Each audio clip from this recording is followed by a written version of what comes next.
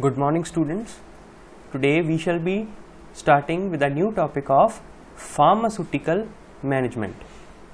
It is a very important topic from the point of view of examination.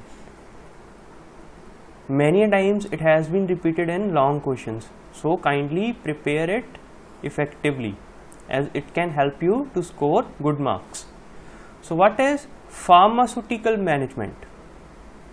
First of all, let us start with the definition. The word management denotes the process of conducting and managing various business activities. Now here are two important words, conducting and managing. Conducting and managing. Management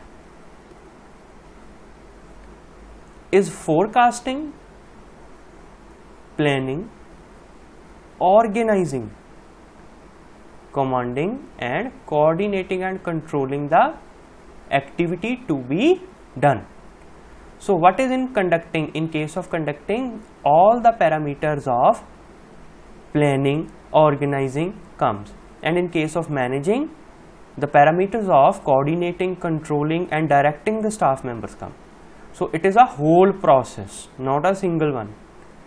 When principles and practices of management are applied to the pharmaceutical industries, it is known as pharmaceutical management. Now principles and practices of management when applied to pharmaceutical industry or drugstore, it is known as pharmaceutical management.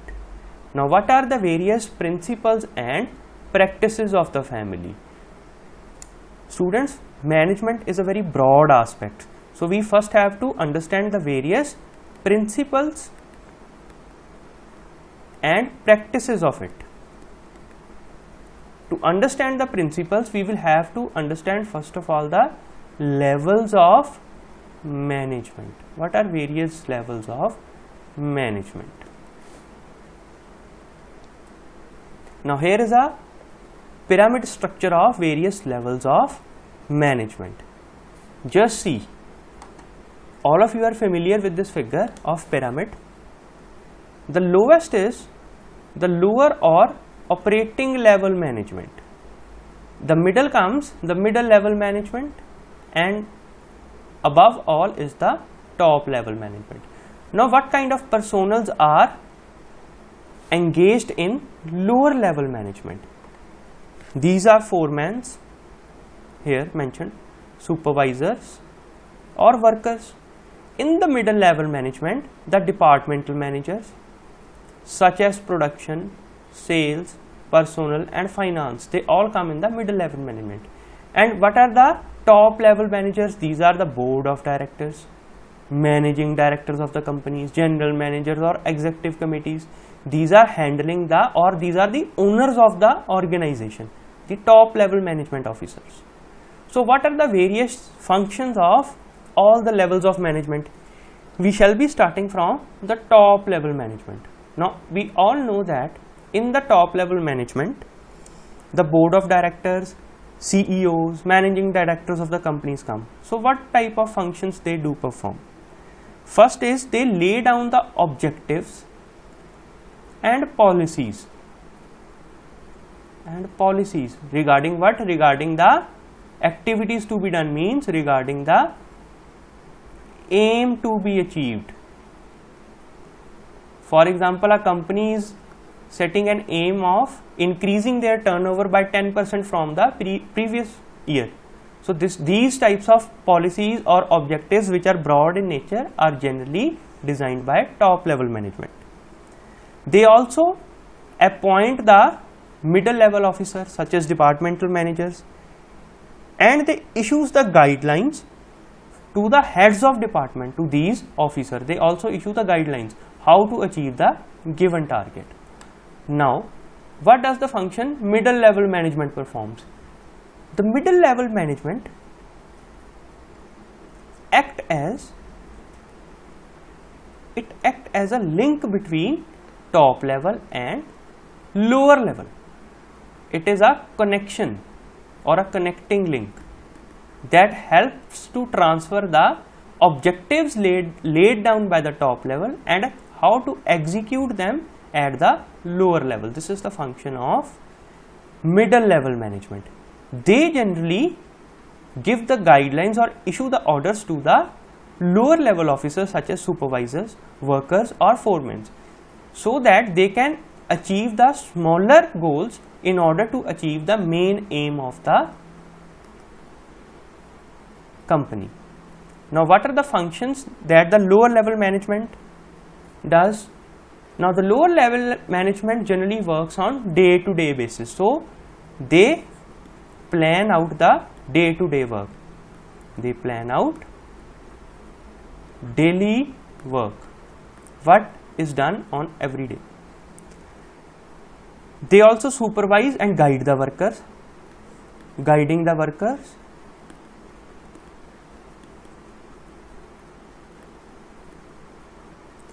They also evaluate the operating performance, operation performance or operating performance. Now what is operating performance? This is generally the real-time performance. If operating performance is controlled every day or it is improved, then it will have a very big impact on improvement of overall production. So operating performance should be regulated on daily basis. Now let us see the importance of management. What is the importance of management? I have only mentioned 4 major aspects of management, but management has various other importance also. Let us discuss first of all these. The number 1 is optimum utilization of resources. Now what is optimum utilization of resources? The resources are utilized in a rational way. In a rational way. Why in a rational manner? Because by using the resources in a rational manner, the wastage can be reduced, and if the wastage is reduced, it will surely impact the overall productivity. The productivity of the goods will be increased. Another one is increasing the proficiency of survival. As in case of perfect competition in the market, the survival is only based on operational management. Operational management.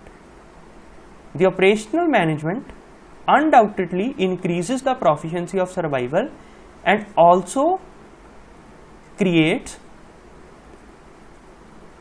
a goodwill among customers.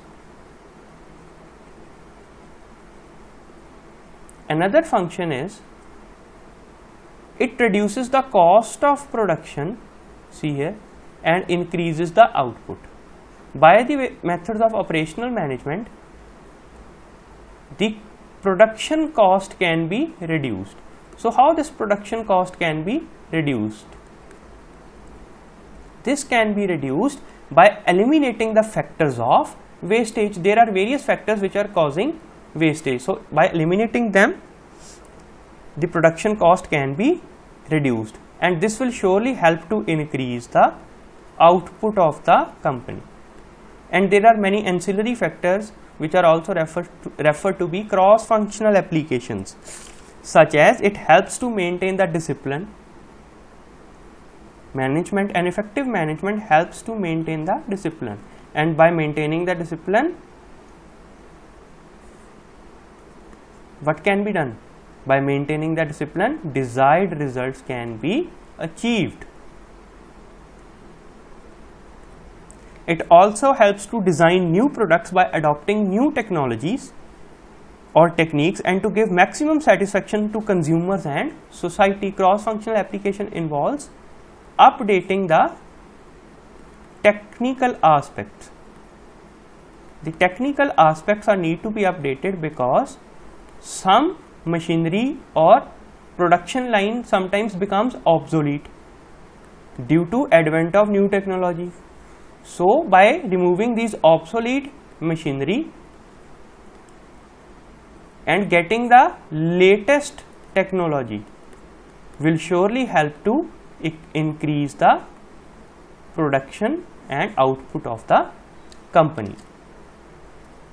Now, what are the various functions of management? Various functions of management. See the diagram in the right side. Management generally performs 5 major functions. It generally performs 5 major functions.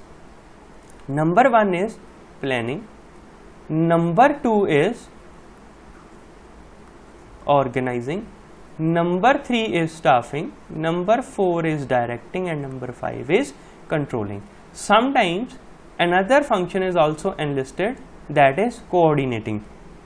Even in your textbook it is also mentioned of coordination. So it's just a part of controlling. Sometimes it is mentioned separately. Mentioning it separately is also correct. It's not wrong. Now, what are the various functions of management? We will discuss them one by one. Number 1 is planning. What is planning? It helps to determine the objectives, to lay down the objectives, what we will have to achieve in a particular functioning year or in this fiscal year. Then comes the organizing. The organizing is to set up an organization and assign the responsibility. Now, in order to achieve a particular aim, we will have to set up a particular organization and have to assign responsibilities to some personals so that they can help to achieve that particular goal. The third one is staffing. It helps to interrelate and direct activities. After organizing, staffing functions to carry out the smaller goals so that the desired results are obtained. Next comes controlling. What is controlling? As mentioned, controlling is to set the standards and effect control accordingly. As we all are familiar with the term of quality control, this helps us to achieve the desired quality through strict standards of controlling. Next comes directing. What is directing? It helps to motivate and socialize the employee group, means by giving specific orders and under strict supervision. By giving specific orders and under supervision, the idea to be achieved is fulfilled. The last one is coordinating. What is coordinating? It helps to cause operation among various factors of production and organized groups of personnel. The coordination undoubtedly is referred at last, but it is of prime importance because for functioning of a company, the company is generally divided into 4 or 5 departments. If the company lacks the coordination factor, there will be a mismatch among these. You can see here there is a mismatch among these departments. But in an effective coordination, the departments shall be working in a controlled manner, and among coordination with them, they can help to achieve the desired results. Now let us discuss them in detail. What is planning? The number 1. First of all, we shall be studying the definition and then we shall be looking on the importance of planning. What is planning? Planning is a process, it is a mental process that requires the use of intellect, foresight, imagination and sound judgment. Planning is deciding the advance, what is to be done, see what is to be done, when is to be done, where is to be done, how it is to be done and by whom it is to be done. This is the complete planning of a particular aim or goal. Now, importance. Planning improves the competitive strength because an effective planning will surely help us to achieve better results. Planning has to be effective and rational. Rational means it should be practical, not a theoretical one. Planning should be done on the practical basis. The next is it improves the motivation. Yes, and planning can help to motivate the lower staff because they will learn how to achieve the goal. Also, it encourages the innovation and creativity. The planning is usually flexible in its automation. So, there is always a space for innovation and creativity. Planning offsets future uncertainty and change. Planning helps in management by defining. It also helps by defining. Planning defines a particular goal and how it is to be achieved. So, an effective planning not only reduces the time to operate but also helps to achieve by minimizing the efforts and by maximizing the output. The next one is organizing. What is organizing? Organizing establishes a pattern of relationship among the efforts to be put, job to be done and work to be performed. Importance of organizing.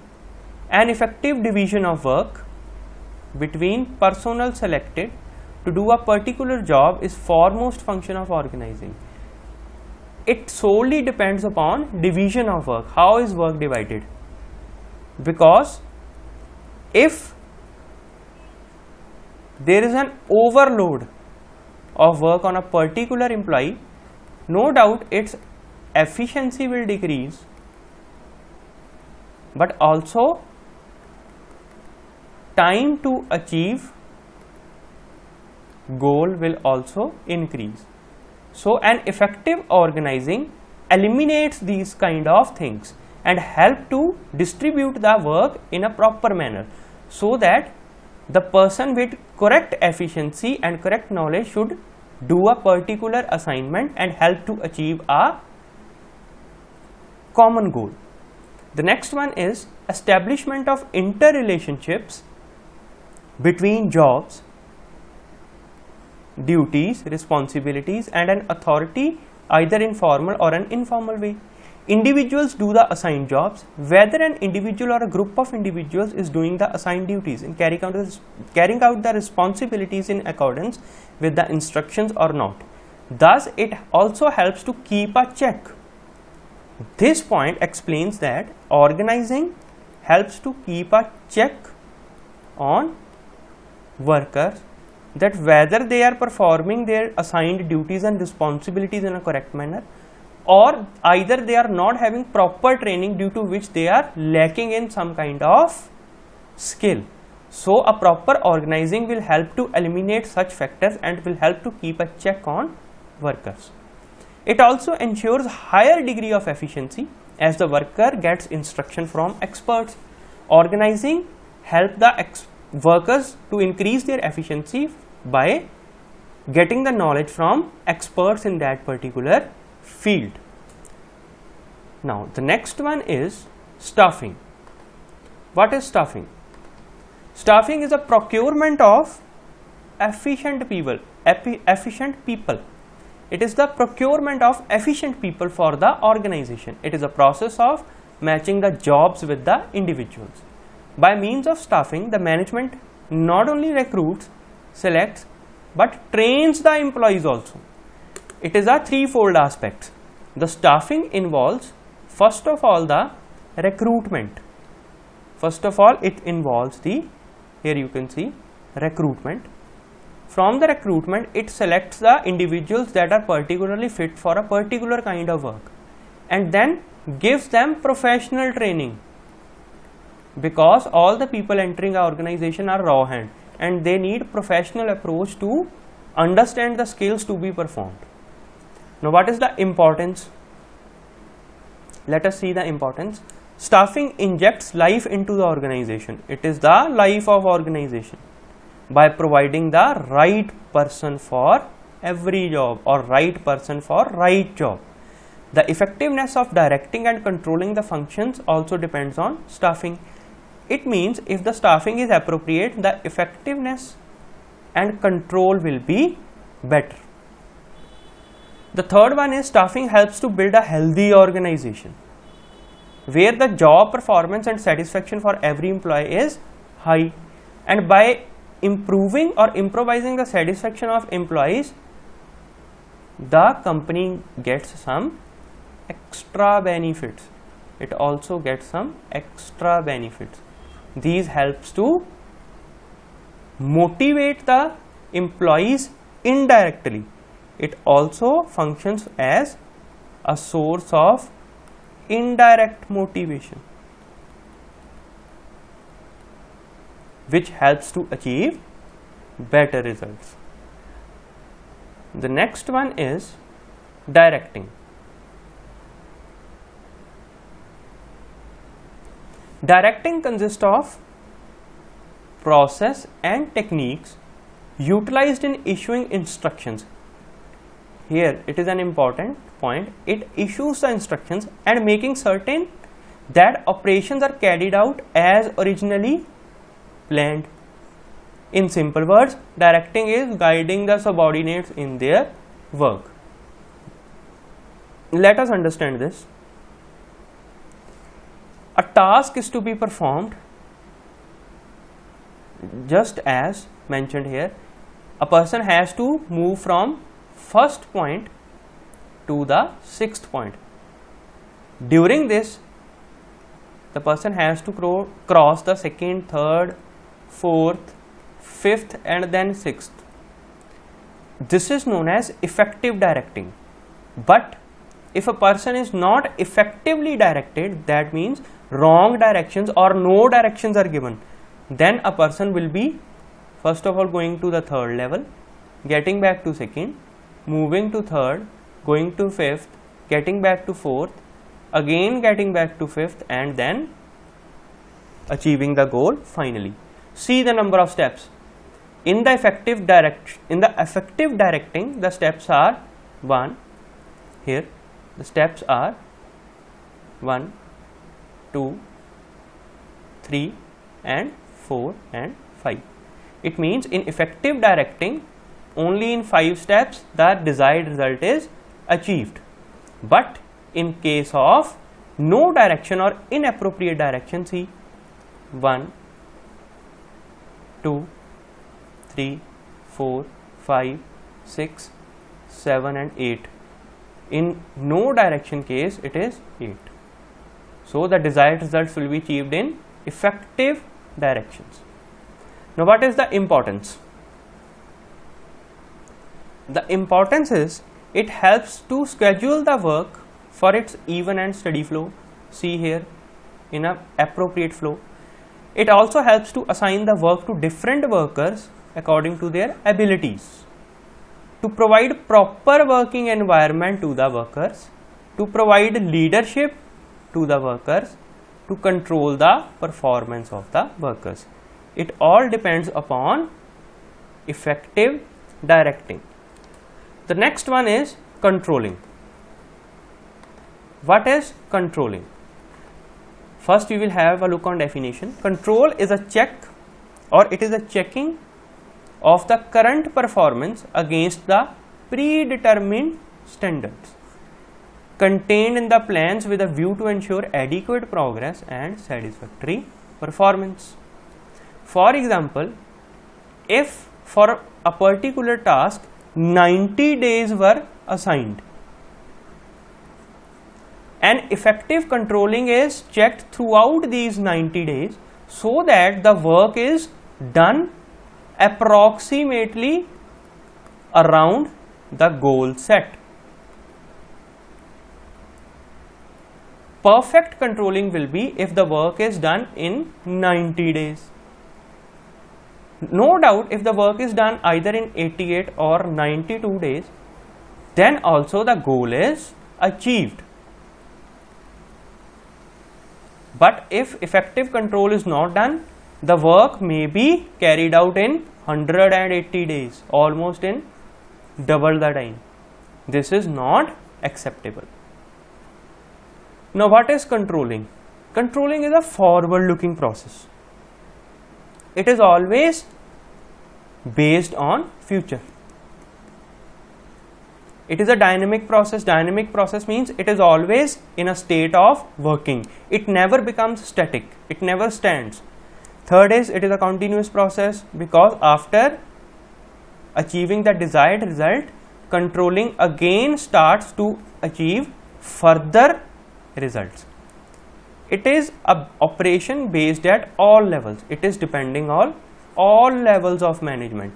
Without a control or strict supervision, the operational management will be destroyed. So students, it is all for the topic of pharmaceutical management. I had discussed in brief regarding the various aspects. It's all a brief information. The detail regarding each and every aspect is mentioned in your textbook. Go to the textbook and read each and every aspect. We shall be having another class on detailed aspects of pharmaceutical management. Till then, revise this information, learn it, as it is very important, because sometimes it comes in a long question from the examination point of view. So you all have to understand it and learn it wisely. Thank you.